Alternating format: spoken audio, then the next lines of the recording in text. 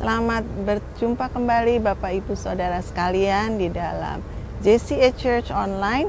Kami senang sekali bisa bertemu kembali dengan Bapak Ibu Saudara. Pada hari ini kita akan membicarakan mengenai Matius 10, di mana di sana itu diceritakan bahwa Tuhan Yesus memilih 12 orang muridnya, ya.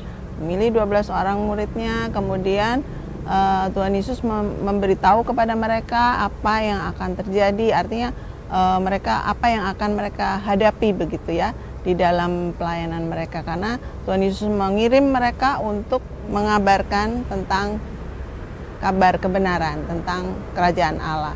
Jadi di sana Tuhan Yesus mengatakan bahwa tidak mudah untuk mengikut Dia, tidak mudah untuk melayani dalam pekerjaannya karena akan banyak hambatan-hambatan atau akan banyak kesusahan, ada salib yang harus dipikul, kemudian ada bahkan penganiayaan, dan mereka juga harus rela untuk menyerahkan nyawanya bagi pekerjaan ini. Jadi Yesus juga mengatakan bahwa Dia datang ke dunia bukan untuk membawa damai, tapi justru membawa pedang. Jadi Dia memisahkan antara orang tua dan anak, antara saudara bersaudara. Jadi benar-benar satu pelayanan yang sudah dipersiapkan terlebih dahulu oleh Tuhan Yesus kepada murid-muridnya ini. Kadang-kadang kita berpikir kalau melayani Tuhan itu harus seorang pendeta besar yang mungkin berkhotbah di depan ribuan orang, ya, atau mungkin seorang pemimpin organisasi gerejawi besar yang terkenal, ya, atau seorang yang memiliki karisma besar begitu ya. Tidak perlu begitu. Seseorang yang melayani Tuhan bisa saja menjadi penyanyi latar misalnya, atau orang-orang yang menyambut tamu di gereja, ya, atau kalau di masa-masa social distancing seperti sekarang ini mungkin perannya hanya misalnya mengedit video, ya, atau membuat iklan online church. Jadi apa saja Bapak Ibu, ya, pelayan itu bisa apa saja. Bahkan kadang-kadang pelayan yang melakukan hal-hal yang tampaknya kecil itu justru kalau mereka nggak ada itu kita sangat-sangat repot gitu ya.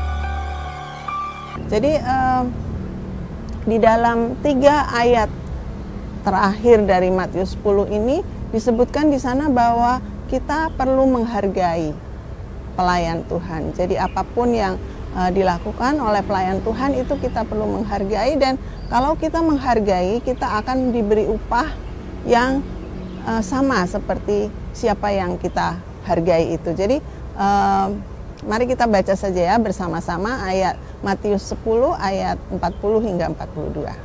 Demikian firman Tuhan, barang siapa menyambut kamu, ia menyambut aku, dan barang siapa menyambut aku, ia menyambut Dia yang mengutus aku. Barang siapa menyambut seorang nabi sebagai nabi, ia akan menerima upah nabi, dan barang siapa menyambut seorang benar sebagai orang benar, ia akan menerima upah orang benar. Dan barang siapa memberi air sejuk secangkir saja pun kepada salah seorang yang kecil ini, karena ia muridku, aku berkata kepadamu, sesungguhnya ia tidak akan kehilangan upahnya daripadanya. Bapak Ibu sekalian, kita pada hari ini saya tidak akan berbicara sendiri, tapi saya akan mengundang Gembala Sidang JCA, yaitu Bapak Pendeta Stefano Indra Bramono. Mari. Halo Pak Indra. Ya, selamat pagi semuanya, jemaat JCA dan semua yang mengikuti kebaktian online kami. Ya, gimana Bu Livia? Ya, kita membicarakan mengenai Matius 10 ayat 40 hingga 42. Nah, Matius 10 ya. Ya, apa yang Pak Indra ini pendapat Pak Indra mengenai ayat yang 40 itu, di mana dikatakan siapa yang menghargai seorang nabi, dia akan menghargai menghargai aku, yaitu Yesus ya. Dan siapa yang menghargai aku, dia akan menghargai juga dia yang mengutus aku, yaitu Tuhan kita. Nah, itu pendapat Pak Indra gimana? Ya, saudara sekalian, Bapak Ibu dan semua saja yang bersama-sama dengan kami. Pada waktu lihat, terima kasih sebelumnya Ibu Livia undang saya di sini.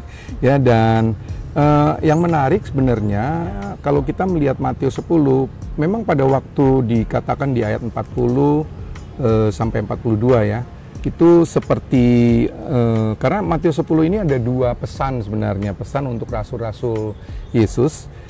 Yang pertama tentu saja persiapan mereka untuk tidak gampang memang mengikuti Yesus, apalagi pada waktu kita memberitakan sesuatu kebenaran gitu ya, di mana-mana kebenaran itu selalu seperti kayak dikontradiksikan atau menjadi musuh dari ketidakbenaran atau hal-hal yang tidak benar. Itu yang masalahnya, sehingga pada waktu tadi Bu Livia katakan seperti kayak paradoks ya, seperti kayak kontradiksi. Yesus itu memberikan damai, tapi kok dia datang juga memberikan pedang. Kita ingat di dalam Efesus 6 ayat 17 kalau saya tidak salah, itu dia menggunakan ketopong keselamatan dan juga pedang roh firman Tuhan begitu. Jadi pedangnya itu firman Tuhan, saudara-saudara. Sehingga memang kalau firman Tuhan itu dia tajam, bukan saja untuk menghunus kepada dalam tanda petik musuh-musuhnya yang dalam hal ini ketidakbenaran, tetapi juga untuk kita sendiri, untuk mengoreksi kita, mengajar kita, dan yang lain-lainnya. Itulah maksudnya dari bahwa Yesus datang itu membawa pedang juga, karena memang begitu tajam firman Tuhan ini, sehingga orang-orang yang tidak yang tidak benar, orang-orang yang tidak memiliki nilai-nilai kebenaran, tentu saja mereka akan melihat itu sebagai musuh. Sehingga dengan demikian terjadilah seperti itu, seperti kayak kontradiksi, dan kita harus berdiri di atas kebenaran itu gitu. Kembali lagi tadi saya balik kalau bicara mengenai Matius 10 itu, Yesus memanggil ke-12 rasulnya terlebih dahulu, lalu Yesus mengutus mereka. Nah ini pada waktu mengutus, mungkin pada waktu itu rasul-rasulnya akan berpikir, oh mereka akan mendapatkan kuasa, benar. Oh mereka akan mendapatkan kedudukan, belum tentu maksudnya kedudukan apa nih gitu ya. Kita kadang-kadang salah di situnya, bahwa mengikuti Yesus menjadi rasul-rasul itu seringkali justru kita harus bekerja keras. Bukan saja untuk memberitakan kebenaran, tetapi justru awalnya untuk kita sendiri gitu ya. Kita harus sesuai dulu dengan firman Tuhan ya, baru kita bisa memberikan juga pelajaran-pelajaran atau teguran atau ya sesuatu yang kita harus beritakan dari kebenaran firman Tuhan itu sendiri. Ya itu sih saya melihatnya ya. Nah, kalau dikatakan tadi bahwa berbahagialah, nah itu dia sebagai pesan keduanya, jangan khawatir. Ya ada beberapa hal juga yang menarik sebenarnya ya saudara-saudara, janji-janjinya juga, jaminannya juga ya. Misalnya kalau saya ambil ya mundur sedikit, sementara kita juga sepertinya seolah-olah ada sesuatu yang beban berat begitu saudara-saudara, tetapi ada beberapa hal juga Yesus mengatakan bahwa tidak perlu khawatir ya, karena di ayat 28 ya saya lihat ya di sini ya. Dan janganlah kamu takut kepada mereka yang dapat membunuh tubuh, tetapi yang tidak berkuasa membunuh jiwa. Nah itu kan yang penting. Begitu ya, kadang-kadang kita berpikir, aduh kita nanti seperti apa begitu ya. Yang penting jiwa kita itu diselamatkan. Takutlah terutama kepada Dia yang berkuasa, Dia di sini tentunya Allah ya, Tuhan yang berkuasa membinasakan baik jiwa maupun tubuh di dalam neraka. Nah itu dia ya. Lalu satu hal juga yang ditulis di sini ayat 29, bukankah burung pipit dijual 2 ekor seduit, namun seekor pun daripadanya tidak akan jatuh ke bumi di luar kehendak Bapamu.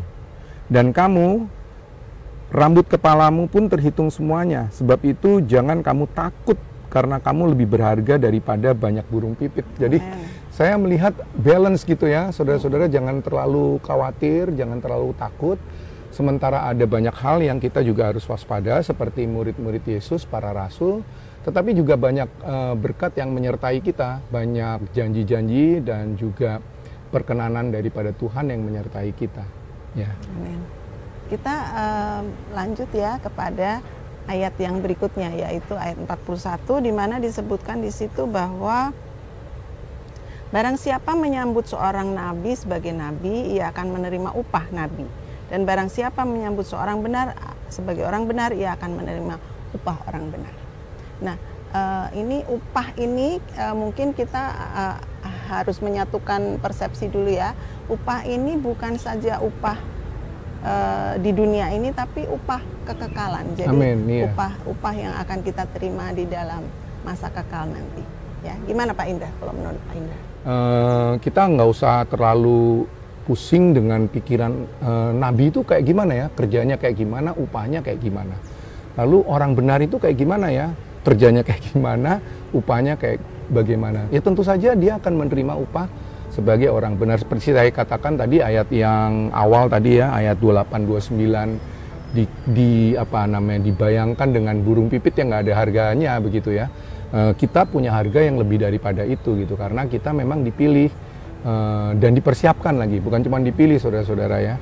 Pada waktu murid-muridnya tadi saya katakan, pada waktu murid-muridnya itu dipanggil, mereka masih belum menerima kesulitan-kesulitan dari apa yang mereka lakukan, karena Tuhan Yesus masih ada di situ. Firman Tuhan ini disampaikan untuk justru murid-muridnya setelah nanti Yesus bangkit ke surga, di mana dialah yang akan melakukan hal-hal yang akan mereka kerjakan untuk meneruskan pekerjaan daripada Yesus pada waktu itu, saudara-saudara. Iya. Saya jadi ingat ada satu cerita Pak Indah mengenai upah-upah ini ya. Ingat kepada cerita seorang wanita di daerah Sunem ya. Oh iya. Jadi wanita ini cukup kaya ya, dia Iya, bersama betul. suaminya ini kaya.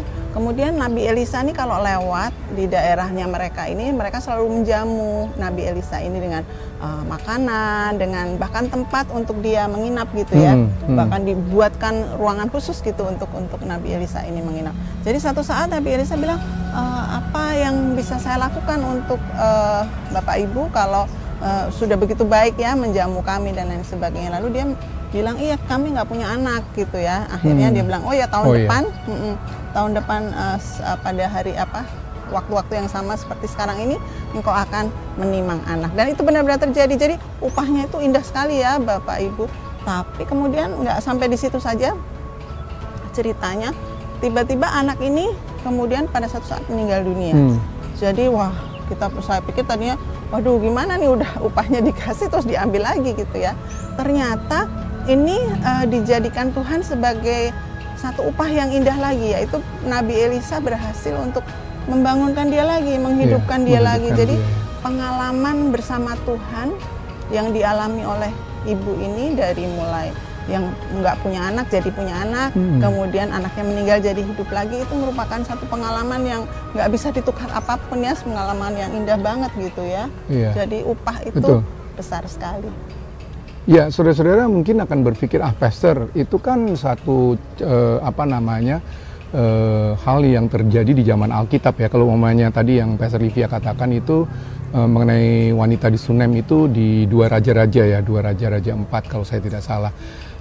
Tetapi gini saudara-saudara, banyak sekali yang terjadi yang saudara bisa lihat dari banyak kesaksian itu yang nyata di dalam kehidupan kita seperti saat ini ya. Begitu kita melakukan sesuatu yang sesuai dengan kehendaknya, kita hidup sesuai dengan kehendaknya ya, sehingga tadi kalau dilihat di dalam firman Tuhan yang Bu Livia katakan tadi, seperti kayak dipisahkan begitu antara sesuatu yang tidak baik dengan sesuatu yang baik begitu, seperti kayak ada pemisahan. Memang itu yang harus terjadi, tetapi pada waktu kita memilih jalan yang benar, kita memilih dan mengikuti seperti apa yang diperintahkan di dalam firman Tuhan, maka tentu upah dan segalanya yang menyertai dari itu akan kita terima. Dan itu bukan sesuatu hal yang hanya tertulis pada zaman Alkitab, tetapi juga pada saat seperti sekarang, seperti saudara dan saya sekarang, orang-orang percaya di zaman kita seperti saat ini, begitu. Iya, makasih Pak Indra. Kita lanjutkan ke ayat yang terakhir ya, Bapak Ibu, yaitu ayat 42. Barang siapa memberi air sejuk secangkir saja pun kepada salah seorang yang kecil ini, karena ia muridku, aku berkata kepadamu sesungguhnya ia tidak akan kehilangan upahnya daripadanya. Ya, jadi seperti saya katakan pada awal tadi bahwa kepada salah seorang yang kecil ini. Jadi pelayan Tuhan itu bukan harus yang besar-besar ya, yang kecil ini pun kalau kita menghargai itu kita akan menerima upah yang baik. Gimana Pak Indra? Saya teringat ya pada waktu itu pernah ada satu kejadian di mana murid-muridnya mengatakan begini pada Yesus, kapan tuh waktu engkau lapar, kami memberi makan kepadamu. Waktu engkau telanjang, kami memberi pakaian kepadamu. Pada waktu engkau kesusahan, kami menghibur engkau. Kira-kira seperti itu ya. Saudara-saudara, kapan? Rasanya kok kita nggak ingat nih gitu ya. Lalu Tuhan Yesus mengatakan, barang siapa memberikan perhatian, ya, memberikan hal itu, makanan, minuman, pelayanan, perhatian kepada orang yang terkecil, maksudnya orang yang orang di penjara juga, iya, orang di penjara dan sebagainya, itu sama dengan telah memberikan pakaian, makanan, pelayanan kepada aku sendiri begitu. Jadi artinya dia menghargai orang-orang kecil, dia menghargai orang-orang yang justru tidak atau dipandang sebelah mata ya. Karena dengan demikian dikatakan sama seperti engkau melayani, engkau memberikan makan, engkau memberikan minum, engkau memberikan pakaian kepada aku sendiri, ya, kepada Tuhan sendiri. Itu satu hal yang luar biasa. Kadang-kadang kita berpikir, wah, sesuatu yang harus besar-besar, tetapi justru sesuatu yang simple, kira-kira ya, seperti itu ya. Dan kalau kita lihat itu, kalau kita perhatikan dikatakan di sini memberi air sejuk secangkir.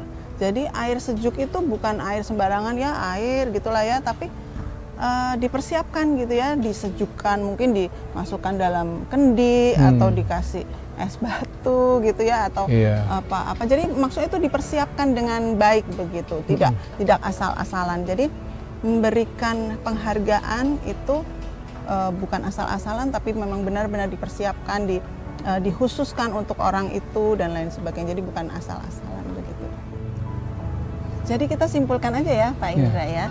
Jadi kalau Bapak Ibu, kalau kita boleh menyimpulkan semuanya apa yang kita sudah bicarakan pada hari ini, yaitu bahwa titik intinya adalah bahwa kita ini sebenarnya harus murah hati ya, murah hati dalam memberikan penghargaan, dalam menghargai orang lain, dalam menghormati orang lain. Bahkan pernah dikatakan bahwa kita ini harus berlomba-lomba untuk saling menghormati, untuk saling menghargai.